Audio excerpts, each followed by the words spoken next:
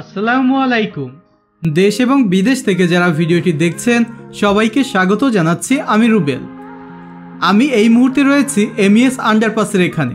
আজ এই আন্ডারপাসটি উদ্বোধন করা হয়েছে। আমি এখন আন্ডারপাসটি আপনাদের ঘুরিয়ে দেখাবো। মাননীয় প্রধানমন্ত্রী আজকে এই এমইএস আন্ডারপাসটি উদ্বোধন করেছেন। তো আজকে এমইএস আন্ডারপাসটি আপনাদেরকে ঘুরিয়ে ঘুরিয়ে দেখাবো। তো চলুন আসলে দেখি। আর এটি কিন্তু বাংলাদেশের একমাত্র ডিজিটাল আন্ডারপাস। তো আমরা আজকে এটি একটু ঘুরে ঘুরে দেখবো ভিতরে কি অবস্থা। আর এটি কিন্তু শীততাপ নিয়ন্ত্রিত বাংলাদেশের এক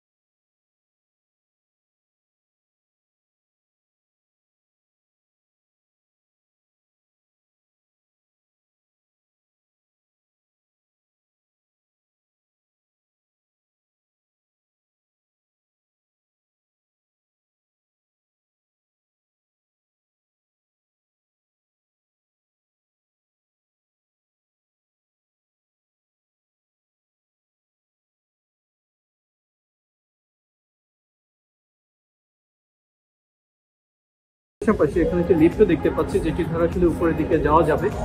আর এখানে একটি ওভারভিউ দেওয়া আছে। আর এটি বাংলাদেশ সেনাবাহিনী 25 এবং 24 ইঞ্জিনিয়ারিং ব্যাটালিয়ন তারা এটি বাস্তবায়ন করেছে। তো এইদিকে ভিতর দিকটাতে দেখবো যে আসলে এখানে সুর সপ্তক এটির নাম দেওয়া হয়েছে।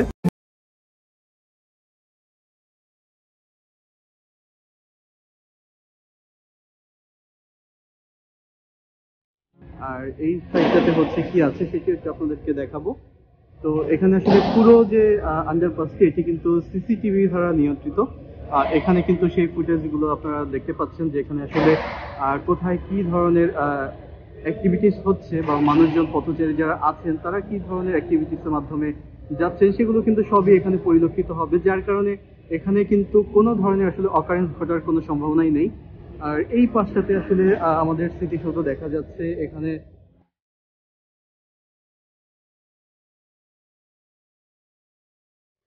এবং এটি কিন্তু আমি প্রথম দিকেই বলেছি যে আসলে এটি শীততাপ নিয়ন্ত্রিত, এবং উপরের যে দিকটি আছে আসলে গ্লাসের আকৃতির, এটি লুভর মিউজিয়ামের আদলে আসলে তৈরি করা অনেকটা দেখতে পাচ্ছেন। আর এই উপরের এই স্বচ্ছ গ্লাসের কারণে কিন্তু এখানে আসলে আলোর কোনো স্বল্পতাই থাকবে না।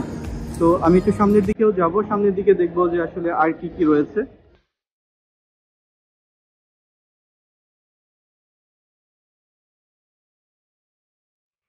আর এই আন্ডারপাসটা আসলে আমাদের দীর্ঘদিনের সবারই আসলে একটু অপেক্ষার একটা জিনিস ছিল, যে এটি আসলে কেন হচ্ছে না, উদ্বোধন হচ্ছে না, বা এটির কাজ কতটুকু এগিয়েছে। আর এই যে জিনিসটি দেখতে পাচ্ছেন এটি দ্বারা আসলে বাতাসের যে ফ্লো রয়েছে গরমের দিনে, সেই বাতাসের ফ্লো গুলো আসলে মানুষের শরীরে এসে লাগবে, যার কারণে এই নিচের দিকটাতে কিন্তু তেমন একটা আসলে গরমের যে অনুভূতি সেটি হবে না। আর এখানে আসলে দেখতে পাচ্ছি আমরা সুন্দরবনের কিছু অংশ আর কি। তো এরকম নানা ধরনের আসলে ছবি দিয়ে আসলে সুসজ্জিত করা হয়েছে। তো সামনের দিকটাতেও যাচ্ছি। আর প্রচুর পরিমাণে মানুষ কিন্তু এখানে রয়েছে, যেহেতু আজকে প্রথম এটি উদ্বোধন করা হয়েছে। তো একদম শুরু থেকে শেষ পর্যন্ত আমি আপনাদেরকে ঘুরিয়ে ঘুরিয়ে দেখাবো। আর আশা করি আপনাদের সবারই আসলে দিকটি ভালো লাগবে। তো সামনের দিকটাতেও যাচ্ছি। আর প্রচুর পরিমাণে মানুষ এখানে কিন্তু আছে, যারা আসলে এটি দেখার জন্য এখানে এসেছেন।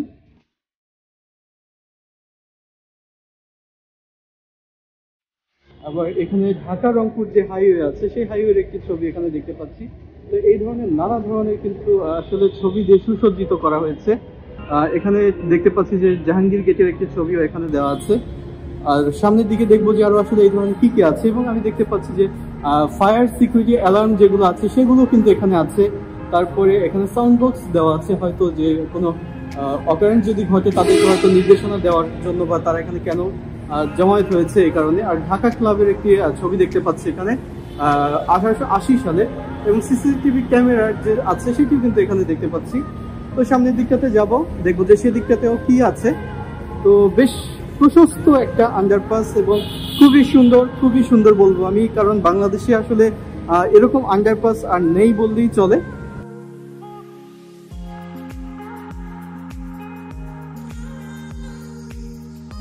তো আপনারা দেখতে থাকুন, আমি সামনের দিকটাতে যাচ্ছি আর দেখবো যে আসলে এখানে কি আছে।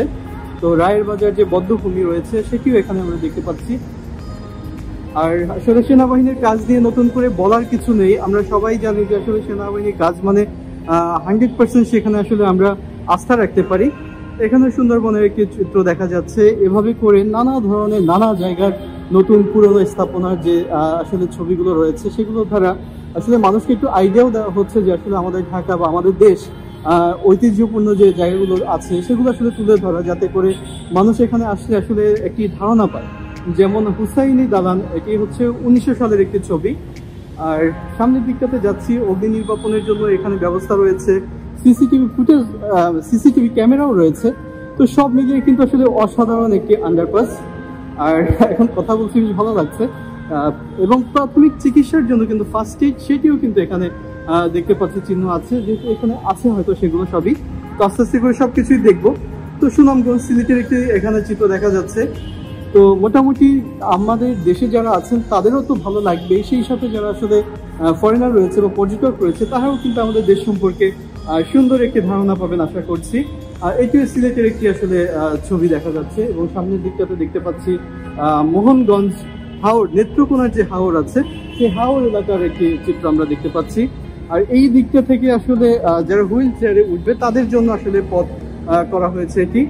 তো এটি কিন্তু খুবই সুন্দর একটি ব্যবস্থা। আসলে আপনারা সবাই জানেন পাশেই হচ্ছে কুর্মিটোলা হসপিটাল এবং এই সড়ক পার হওয়ার পরেই কিন্তু ঢাকা সিএমএইচ। তো সেক্ষেত্রে তাদের জন্য কিন্তু আসলে এই বিশেষ ব্যবস্থাগুলো রাখা হয়েছে। আর আমি কিছু দূর পর পরই কিন্তু দেখতে পাচ্ছি আসলে যে অগ্নি নির্বাপক যে ব্যবস্থাগুলো সেগুলো কিন্তু রাখা হয়েছে।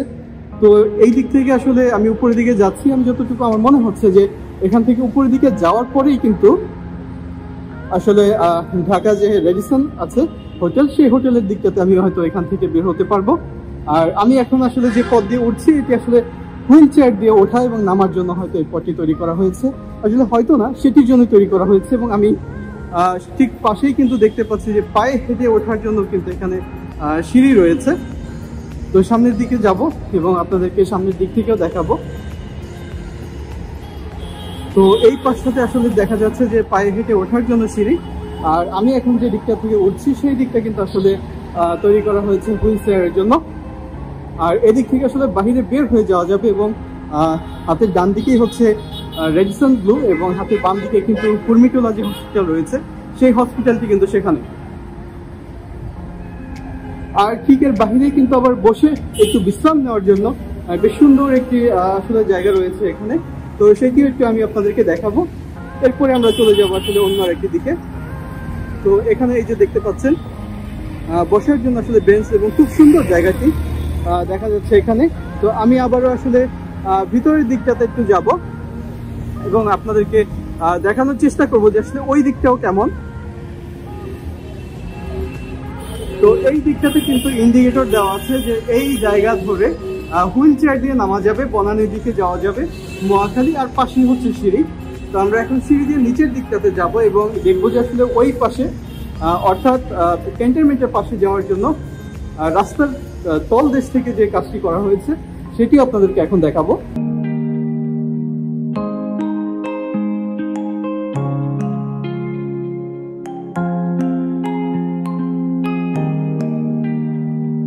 এবং এখানে কিন্তু খুবই প্রশস্ত সব ধরনের রাস্তাগুলো, হুইল চেয়ার এবং এই যে পায়ে হেঁটে নামার জন্য যে সিঁড়িগুলো রয়েছে সবগুলোই কিন্তু পর্যাপ্ত পরিমাণে প্রশস্ত এবং খুবই নিট অ্যান্ড ক্লিন। তো আশা করবো আসলে আমাদের দেশের জনগণ কিন্তু ভালো যে স্থাপনাগুলো রয়েছে সেগুলো কিন্তু আসলে আমরা নোংরা করে ফেলি খুব সহজেই। তো আশা করবো আসলে এই ধরনের স্থাপনাগুলোকে আমরা খুব তাড়াতাড়ি আসলে নোংরা করব না। তো এখন আমি যে কাজটি করতে যাচ্ছি, এই যে এয়ারপোর্ট বনানীর যে সড়কটি রয়েছে ঠিক নিচ দিয়ে হচ্ছে আমি ক্যান্টনমেন্ট এরিয়াতে যাব এই পার থেকে। তো আপনাদেরকেও আমার সাথে সাথে নিয়ে যাচ্ছি, যেহেতু আপনারা ভিডিওটি দেখছেন তো আপনাদেরকে নিয়ে যাচ্ছি। আর এই ভিডিওটি অনেকটা আসলে লাইভ ভিডিও যেভাবে রেকর্ড করি সেভাবেই, যেহেতু লাইভ ভিডিওতে আসলে কোয়ালিটি ভালো থাকে না, যার কারণে আমি এভাবে করেই হচ্ছে আপনাদেরকে দেখানোর চেষ্টা করছি। স্ক্রিপ্টেড ভিডিওর থেকে আশা করছি এই ভিডিওটি আরো আপনাদের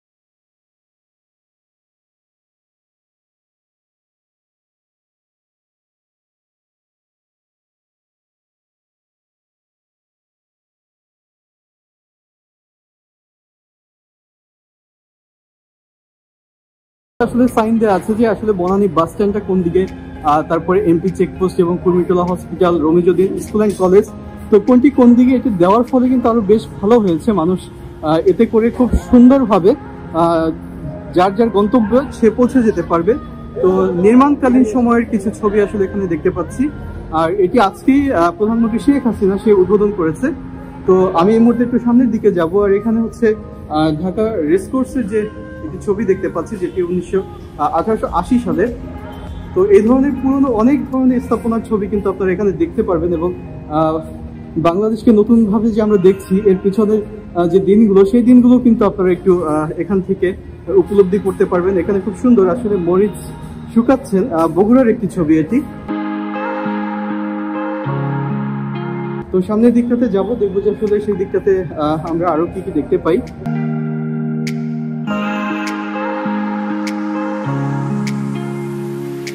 আর এখানে হচ্ছে আমি আপনাদেরকে একটু দেখাচ্ছি যে ঢাকা এয়ারপোর্টে যে টার্মিনাল রয়েছে, 1940 সালে কিন্তু এটি দেখতে ঠিক এরকম ছিল। আর এখন কিন্তু গেলে দেখা যাবে যে আমরা অনেক আধুনিক স্থাপনা দেখতে পাচ্ছি এবং থার্ড টার্মিনাল সেটিও কিন্তু নির্মাণ হচ্ছে। তো সামনের দিকটাতে যাচ্ছি, সেখানে দেখবো আসলে আরো কি কি আছে। এটা হচ্ছে বরিশালের যে শাপলা বিল আছে, শাপলায় সেই জিনিসটি কিন্তু এখানে আমরা দেখতে পাচ্ছি। আর সামনের দিকে যাব, দেখবো যে আরো কি কি রয়েছে। যেমন এখানে কিন্তু মিরপুর যে হসপিটাল, সেই হসপিটালের একটি ছবি দেখতে পাচ্ছি 1980 সালের এটি। আর এখানে আসলে নির্মাণকালীন সময়ের কিছু ছবি দেওয়া আছে। তো আমাদের চ্যানেলে কিন্তু আমরা বেশ অনেকগুলো কিন্তু আমরা ভিডিও দিয়েছি এই জায়গার। তো সেক্ষেত্রে এই বিষয়গুলো কিন্তু আপনারা তখনও দেখেছেন। আর আপনারা সবাই জানেন যে আসলে এই যে আবার এই দিকটাতেও কিন্তু লিফটের ব্যবস্থা আছে, এসকেলেটরের ব্যবস্থা আছে, সব মিলিয়ে কিন্তু খুব সুন্দর একটি আন্ডারপাস আসলে নির্মাণ করা হয়েছে। এই দিকটা থেকেও কিন্তু পথচারী নামার জন্য কিন্তু সিঁড়ি রয়েছে। তো এবার একটু আমি সামনের দিকটাতে যাব, দেখবো যে আসলে এই দিক ধরে কোন দিকটাতে বের হওয়া যায়। আর এই যে আন্ডারপাস, এটি কিন্তু রমিজউদ্দিন স্কুল অ্যান্ড কলেজের যে দুজন শিক্ষার্থী ছিল, তো তারা যেহেতু এখানে এক্সিডেন্ট করেছিল, তারপরে কিন্তু প্রধানমন্ত্রী শেখ হাসিনা তিনি বলেছিলেন যে এই জায়গাটি দিয়ে আসলে একটি আন্ডারপাস তৈরি করে দেওয়া হবে। তারই পরিপ্রেক্ষিতে কিন্তু এই আন্ডারপাসটি আসলে নির্মাণ করা হয়েছে। এবং এটি এমনভাবে নির্মাণ করা হয়েছে যা আসলে আমরা সড়ক থেকে কিন্তু মোটেও উপলব্ধি করতে পারিনি যে নিচে এত সুন্দর একটি কার্যক্রম চলছে। আর এখানে দেখতে পাচ্ছেন যে আসলে এটি কিন্তু বাংলাদেশ আর্মির নতুন একটি প্রকল্প, জলশিরি আবাসন, যেটি নিয়েও কিন্তু আমরা ভিডিও দিয়েছি। আপনারা চাইলে সেটিও আমাদের চ্যানেল থেকে দেখতে পারেন। আর কিছুদিন পরপরই কিন্তু আমরা দেখতে পাচ্ছি বাংলাদেশ আর্মি তারা রয়েছে।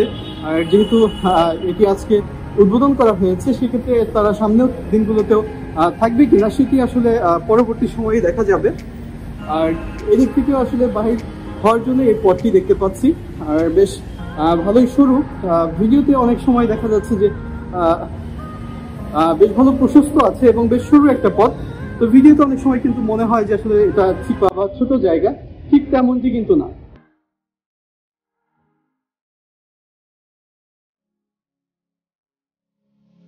আর এই মুহূর্তে কিন্তু আমি চলে এসেছি কিন্তু রেডিসনের ঠিক অপোজিটে। আমি কিন্তু ঠিক বুঝতেও পারিনি যে আসলে এত সহজেই আমি আন্ডারপাসটি ক্লোজ করে ফেলেছি। তো আমি একটু বাইরের দিকে যদি দেখাই,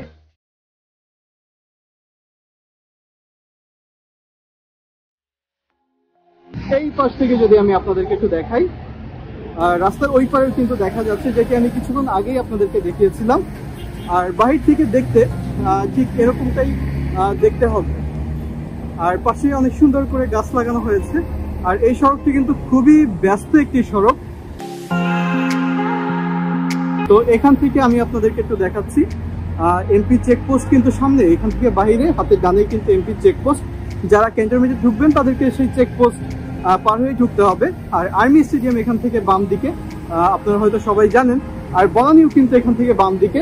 তো আমি আবারও আন্ডারপাসের ভিতর দিকটাতে যাচ্ছি, যদি আর কিছু থাকে সেটি আপনাদেরকে দেখানোর জন্য। এবং এখানে কিন্তু ভেন্টিলেশনের জন্য বেশ ভালো ব্যবস্থা রয়েছে, এই যে পাশেই দেখা যাচ্ছে। এবং স্বচ্ছ গ্লাস, এবং রাতের বেলা কিন্তু নান্দনিক একটা মুহূর্ত তৈরি হয় এই জায়গাটিতে। তো রাতে সেই দৃশ্য কিন্তু আমাদের ভিডিওতে থাকবে আশা করি।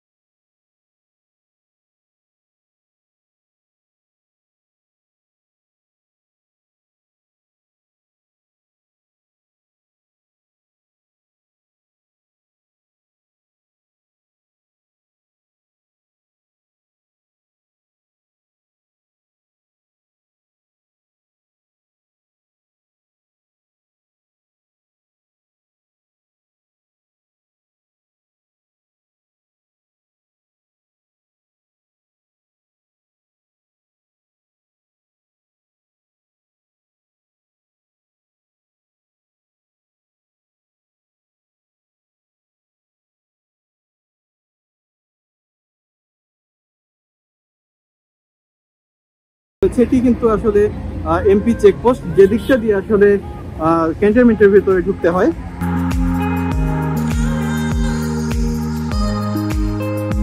তো এই দিকটাতে কিন্তু সিঁড়ি এবং লিফট, যার দুটি ব্যবস্থাই আছে। তো নিচের দিকটাতে যাব, আপনাদেরকে আবারও দেখানোর চেষ্টা করব এই যে আন্ডারপাস, এই আন্ডারপাসটি ঘুরে ঘুরে।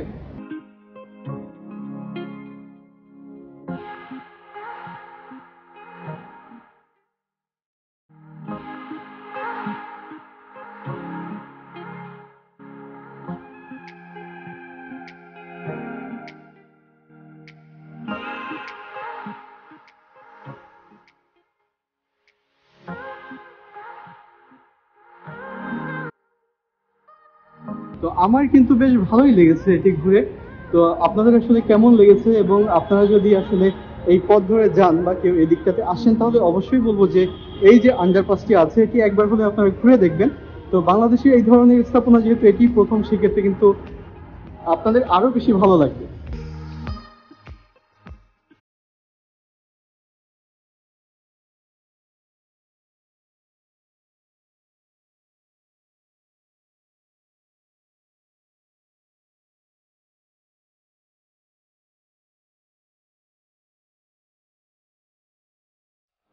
তো আমি কিন্তু আবারও একদম সে আন্ডারপাসের যে মূল যে জায়গাটি আছে, তো সেই জায়গাটিতে আমি আবার চলে এসেছি।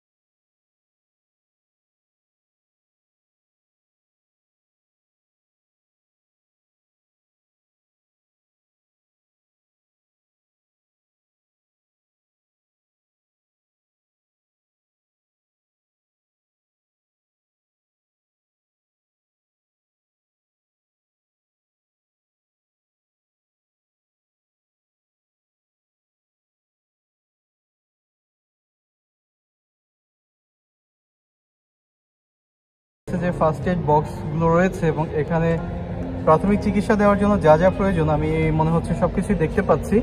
তো আশা করব যে আসলে এই জিনিসগুলো এখানে সবসময় থাকবে আর মানুষ এই সেবাটি এখান থেকে গ্রহণ করতে পারবে যখন তার দরকার হবে।